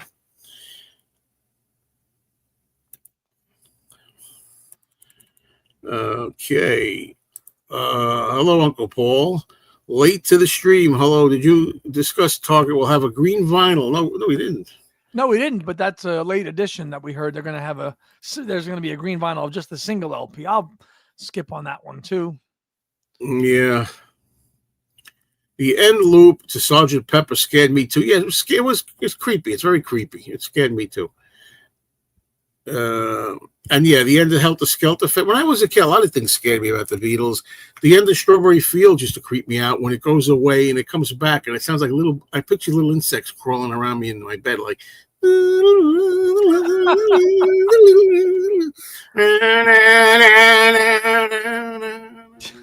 And it's more creepy close at the end before it fades. Yeah. And of course, the first time I ever heard I Want You, She's So Heavy, I just happened to have loud headphones on. I had to explain it loud. I didn't know about the end. Yeah. I jumped out of my skin once with the headphones. I bet. When it stopped. Maybe Bob had a massive hickey he was embarrassed about. All those years ago, my favorite song, It Wouldn't Have Happened Without the Rejected Version. Correct. Yeah, it's a weak song to me. I'm glad we have it, but yeah. Nope. I have not seen Castle of the Living Dead. No. Oh, I see. Am I back to school tomorrow? Oh, well, luckily this Sunday I don't have to go. We only go there 2 Sundays a month, and we don't have to go tomorrow, but we got to go the 21st, the Sunday after. Tuesday night. I just saw that Donald Sutherland comment. Have you ever seen that movie Heaven Help Us? He's great in that movie. You ever seen that? 1985, Andrew McCarthy. Great movie. I'm surprised you got the movie guy. Oh, sir. Can't see everywhere. Lots of movies out there, bud. Yes, I do. Moderately. I'm not a diehard Floyd fan. I think they just announced they've released a box set coming out too. Macca Girls did background vocals on a few Ram tracks and Wings songs. They sound like they're on freaking Sea Moon. Some kids on. That reminds me of when I saw Van Morrison in Jersey in the early 90s. He sang half a dozen songs through his harmonica mic, totally distorting his voice. He was still amazing. Sea Moon Soundcheck was in a black and white documentary from the Off the Ground era. I said era instead of era. Era. The only one who brings this up is you, Lila. And I love Elvis, but I like Elvis. But the new Elvis film, Epic, can't get a distributor. Is there something weird about this release? I don't know. We got another Elvis. Wasn't there an Elvis movie a couple of years ago? Now we got another one. Epic is going to be a concert film, I think. Elvis Presley in concert is Epic. It's called. Oh, okay. Andy, did you think one of Paul's people overheard the conversation and me telling you to wear the London Town and Flowers T-shirt? Weeks later, his website is selling London Town. Maybe you're an influencer there, Block? I want nothing to do with Bruce Springsteen, so no. Although I do like about 7 or 8 of his songs, I think, around there, or something like that. I did a top 10, a top 15 once on my channel, which I was surprised I liked that. Yeah. The end of Glass Onion reminds me of the Mudmen from Flash Gordon. Oh, okay. Put It There, Doc has the Sea Moon. That's the one. I didn't think it was Moving On because we just did Moving On 2 Legs, and I don't remember Sea Moon being in there, but it is in Put It There. Okay, there's the answer. Hello, Debbie. I mentioned to Joe a while back about Every Little Thing. He never heard it. Huh? But Andy, during the middle part, you can hear the music stand being knocked over in the middle. Yeah, I must have not heard it. I have to listen to it again. Give me a timestamp. It's probably one of those things, Debbie, where I've heard it, but I didn't know what I didn't hear. You know what I'm saying? So I don't remember reading that. But I'll tell you where I hear a stand knocked over. Nobody will even probably know it. On Misery, at the very end of the fade out. And you ever notice some albums have longer fade outs than others, depending on where country it's in or something? Sure. Misery, la la la la la la, misery, la crash. Misery, la. No laughing. Well, yeah, that I hear, sure. That's spooky. You mean something probably. And do you like Elvis Presley? And what is your favorite album if you do? Oh, Andy, do you like Elvis Presley? Casually. And I don't have a favorite album, but because I'm not the biggest Elvis fan, but I do like his hit singles and stuff. And I would probably say either Suspicious Minds or The Wonder of You is one of my favorite songs by him. Way back in time, an album release was simple and focused on the music. You bought one album, looked at the cover of the record, listened. Today, it's all about marketing and endless special editions. Yeah, that's true, man. Andy, how many times you got to hear cash grab from people? How many times you got to hear that? It's marketing. Listen, they're marketing albums because they know people will buy it. These artists, they want to make money, and with concert tickets and a vinyl record costs. Brand new records probably costing about $30-$40 these days. I have a new line that I say. Hey, look, everything's a cash grab. Since business started, people want to make money. They want to get money. Yeah. And my new line is, "Love Me Do" was a cash grab when it came to sing. Yeah. They wanted to make money from "Love Me Do." They promoted it. I mean, I'm putting more emphasis on concerts these days, so I'm not gonna get every incarnation of this Wings thing. If I'm gonna go see Paul a handful of times, I'm not dialing in and getting a 1 CD, a 2 CD, and a triple. I'm not gonna do that. Your priorities shift about what you're doing. Yeah, there you go. Such good vibes with Billy Preston. Did the Beatles record with him after Let It Be or not? In Abbey Road he was on. Is that what we're talking about? Like, I Want You, She's So Heavy. Does that count as after the Let It Be? I don't know. And then Solo, Oh, yeah, of course, Solo we know, but... When I saw Springsteen putting out the Electric Nebraska version, I went to Amazon and pre-ordered it. I think Apple need to take notes from Springsteen. Tracks 2 with 8 unreleased albums. Now you're right. You're totally right about that because, I'm not the biggest Bruce fan, but that man does it right. Here's my stuff. Here you go. Him and Dylan both are just like, here's all my stuff. Enjoy it. Yeah, there you go. Put It There documentaries. It has the Sea Moon black and white footage. Now, thanks a lot for throwing this up. Elvis fans love to put this in Beatles fans' faces because John supposedly said before Elvis there was nothing. You read the Mark Lewison book. He went, Little Richard, he was into Chuck Berry. If there was no Elvis, he would have got into rock and roll anyway with Chuck Berry, Little Richard, Buddy Holly, and all that stuff. Yeah. I think there's even a story in Tuned In where he kind of like went over to Little Richard from Elvis with the, I don't know if it was Tutti Frutti. It was some song that he went off Elvis on. Don't forget, he also said Elvis died when he went in the army. He also said that as well. So I thought my copy was messed up when I want you cut off abruptly. Yeah, it's like watching The Sopranos last episode. Thinking, what's wrong with your TV? No, what happened? I didn't watch the show in real time. You didn't? Oh, yeah. I was God, it was so maddening calling everybody up. What happened? What happened? Did your cable cut out? No, that's just the end of the episode. Oh. Debbie says, I don't know the time stamp of every little thing that is, but if you listen carefully, you can hear it. Yeah, I don't doubt you. I'm always hearing things here and there and everywhere, but I can't, I can't remember. Because you guys probably have VHS tapes full of recordings and concerts, does that mean you guys still have to have a VHS player? I have some VHS tapes like home movies and things in that closet behind Ringo's face. That's a closet on shelves up there. But I have a VHS player, I guess, that could still work under my bed. It's 20 years old. But I never play VHS tapes. Let's put it that way. If I'm an influencer, I have advice for Paul. What to put on Back to the Egg box set, of course, the original album, the TV special, the audio and footage of Camp Lucia, and the Rockestra documentary. Yeah.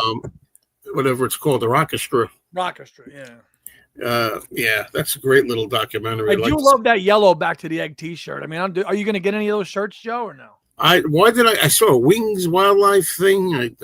I don't remember the Back to the Egg one. I gotta open my eyes. There's a black one that has just the album on it, and then there's a really nice kind of cartoonish yellow one. That's the one I got. Okay, I gotta check it out, man. Yeah. I think Jimmy McCullough added a more rock feel. Yeah, he was great. I agree with that, Jory. Yeah, absolutely. Sure. There's a video with Taylor Swift when she's 14. The interviewer asked, "What would you like? Would you like to be a star?" She says, "That would be cool."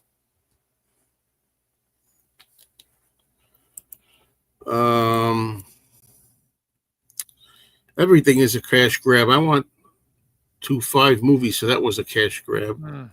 Yeah, well, I mean, yeah, they're looking to make money, I mean, I know. See, here's the thing.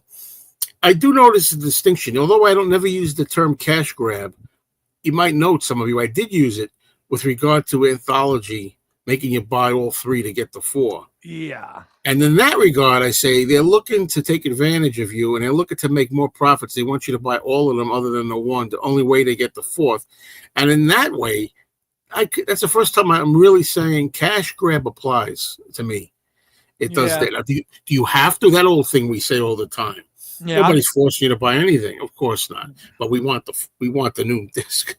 Of course. And you know what? I'll stream that for a while, and then the hubbub of the anthology will die down. And then when that I think it's going for $370 right now. When it's about half the price, then I'll go get it. Hello, Christian. Hey, man. Hi, John.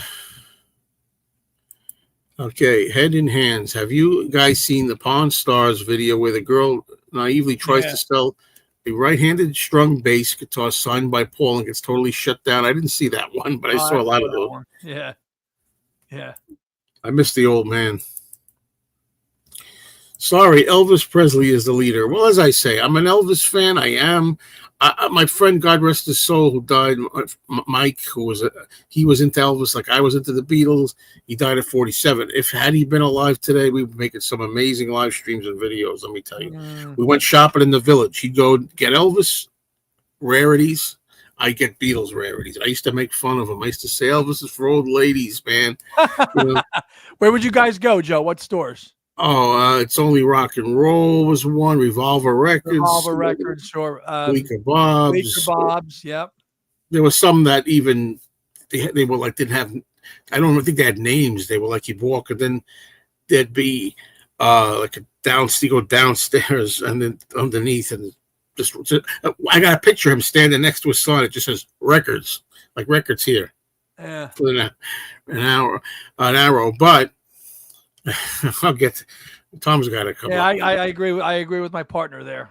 Oh yeah, we'll get to that. But it's so like people say that about me with a lot of things. Oh come on, you're so ignorant with stuff. I mean, you say Elvis Schmelvis, you got a problem, bud. No, I understand Elvis's cultural and historical importance. Don't get me wrong, I get it.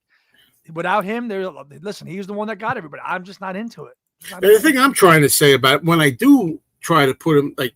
Anyway, here I was making fun of Elvis. That's my point. At the time, yes, I was saying Elvis Schmelvis too, but then I got to appreciate him later. But and then I felt bad all the things I ever said about. But when I do try to put him beneath the Beatles a little, I said because he obviously doesn't write the music or play an instrument, and when you factor in that he kind of like was not really a fan of them and kind of was with Nixon and everything and was like all that later on. Yeah.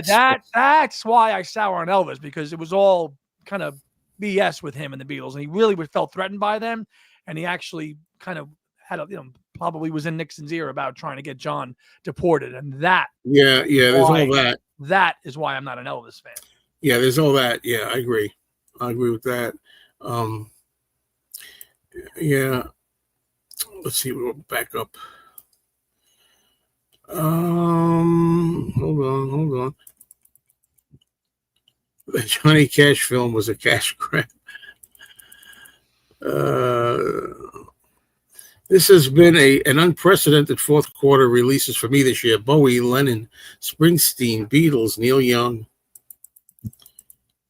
We had Blue Meanies Records in San Diego. I only like Elvis's rock and roll music in the 50s. That's it. Well, then I began to like all of it, to tell you the truth, even some of the cheesy movies songs. Hello, Brooks. It's been a while. I could see a first quarter 2026 announcement for London Town. Back to the as we said it's on our latest Two Legs little video we dropped. There's the merch equal that the albums are coming out, and maybe there's not enough room here with the Wings comp coming, but. Come on, first quarter 20. I like that comment. Yes, we talked about that already. Yes, I got 4 today. I love Roy Orbison. I'd have a hard time picking out of the two of them. I really would. They just both had great voices. I'll take Roy over Elvis any day. What's Paul's worst solo song? I used to say "Secret Friend." Oh no. Now I'm saying Back in Brazil. Or what about you? You must have Angry from Press to Play. Yeah, I don't care for Angry much either, but I don't like Get Enough too much. Ooh, good one. But I do like. I always kind of save face by saying Nothing for Free. I do like. Okay. I like Bip Bop a lot, actually, because I don't think of it as it's not a song. It's like a little ditty, but I don't know music that well. I can't say chord or it's a little line. Ditty. That's all it is. Ditty's fine. Just playing around, not a proper song. When they released the updated Hollywood Bowl album, they should have released two complete concerts from 64 and 65. All the concerts were recorded by Capitol. Yeah, I do really love Are You Lonesome Tonight? Yeah, that's a good song. Yeah. Shirley Andy, look. Of course, I love Give My Regards to Broad Street. Oh, you jumped ahead. So. Yeah. In a perfect world, Elvis would have fired. That's the one thing about him. Elvis sings the song My Way. Okay, he sings a great version of it, but I can't believe it when he sings it. I did it my way. You didn't do it anybody's way. You did the Colonel's way. You didn't do it your way. Frank Sinatra did it his way, and when that's gonna be my song, My Way. When I go and I did it my way. Anyway, what were you trying to answer before? Lila's asking me about Broad Street. Yes, Yeah. we did a presentation on it in Chicago in 2024.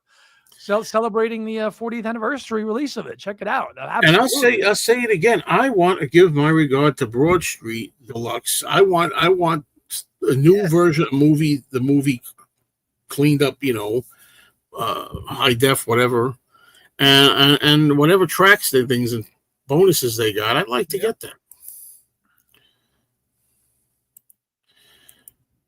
Yeah, there was a joke I remember one time. I listened to a college radio station when I was like 18, and they had a joke where they took a vote, like, what's your favorite solo Beatle album? And what won was Live Peace in Toronto, side one. And I'm like, look, I could take some Yoko. Now, Andy, should we talk a little bit? So are you gonna listen to the Yoko tracks that are coming up on the new 1-to-1 package? Absolutely not. Why? Nope. I mean, I'll listen to them once just to hear how they sound, in the ultimate mixes, just to kind of. With the album, on the album at least. Yeah, I'll listen. I will listen to them. I'll listen to them once to hear how they sound, and then I will never play them again. But if you like the way they sound on the mix, just being honest. Who's the one that was coming down on Sisters Oh Sisters on your? We were talking. Somebody was coming down on that in the talk that you guys did on the album. I can't remember who it was. I like Sisters Oh Sisters. No. I like Born in a Prison because it's a duet between John and Yoko. I like that one. That one I'm looking forward to hearing. Well, Angela, they both sing. Yeah, Angela too. I am. Well, we already know that because it was on the 2020 box. Give me some truth, but. What I find interesting is that the new Wings comp has no lead vocals from the other members. Almost goes back to the debate whether Wings was a true band or Paul's backing band. Oh, that whole thing. Well, that's a tough one. Paul tried to present them as a band. He wanted them as a band, right? But for me as a fan, I don't care who's in it. It just puts Paul. No, I'm there. But how many times did actually other members sing lead vocals? Okay, other than Speed of Sound and a little bit on Venus and Mars, where he gave them, he gave Jimmy McCulloch a chance to sing Medicine Jar and Speeder and all that other stuff. There's not too many opportunities where other members of Wings do sing lead vocals. I mean, Denny has it a little. Denny gets it a couple of times, but it doesn't happen that often. Oh, I forgot about Freedom. Well, I mean, it's I can listen to it. I just think it's just lazy and dashed off. That's all. But it's not horrible to me. It's empty or something. Song Freedom. Anyone been to International Beatle Week? Yes, once. Awesome. I want to go back again next year, maybe. I love Mumbo, and I say the same thing about it as I'm saying with Bip Bop. It's just jamming around and having a blast, fun kind of thing. I don't expect it to be a thought-out song with wonderful life-altering lyrics or anything like that. Yeah. Now, there was by the way, those trivia questions, I can't get any of them. When you ask those trivia questions, Tony Clark, is it? Yeah. Yeah, I learned something. Yeah, okay, Tony Clark. Who says, take it, Tony? When he says, it's Tony Clark. Tony. Moody Blues. Yeah. And all those other ones, I'm like, man, I don't know these. It's who's got the fastest access to the computers. I mean, to get those answers. Some of them. Yeah, listen, I'm sure some people are doing that, but some people are legit playing. But that's because sometimes there's a while before an answer comes in. So it is fun, though. Give My Regards is great for what it is, as it's a soundtrack album. All right. Elvis liked the Beatles. Well, he liked them early on. All right, I guess. But, I think later then he started feeling threatened by them and everything. Well, I think musically and politically in his mind. Yeah. Andy loved the Two Legs presentation, the 20th anniversary of Chaos. Oh, you loved it. Okay, love the Two Legs presentation of the 20th anniversary of Chaos. Thank you. There you go.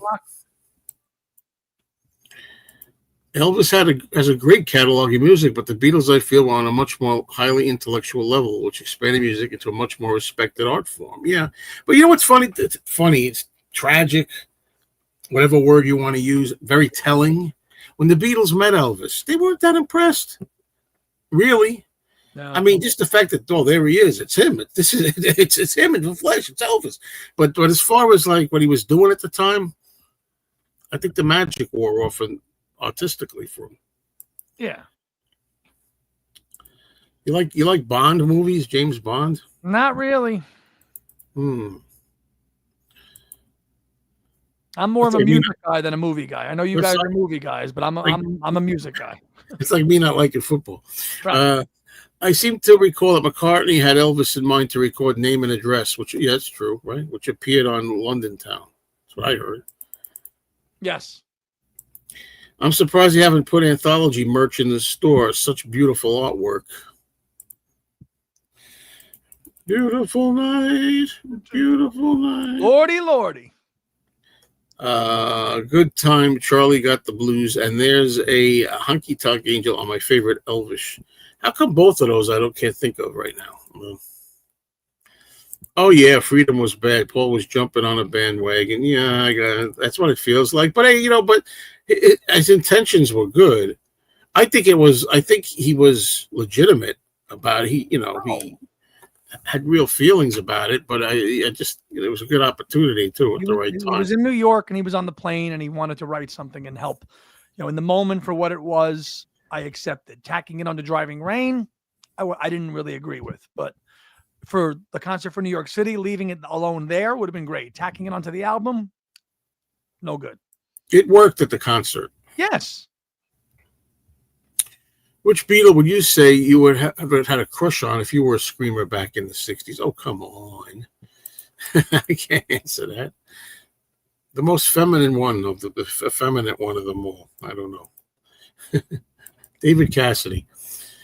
Joe, you got a lot of Sinatra albums. I had a lot of Sinatra albums. I don't anymore. Watertown, let me tell you, is he here? Great record there.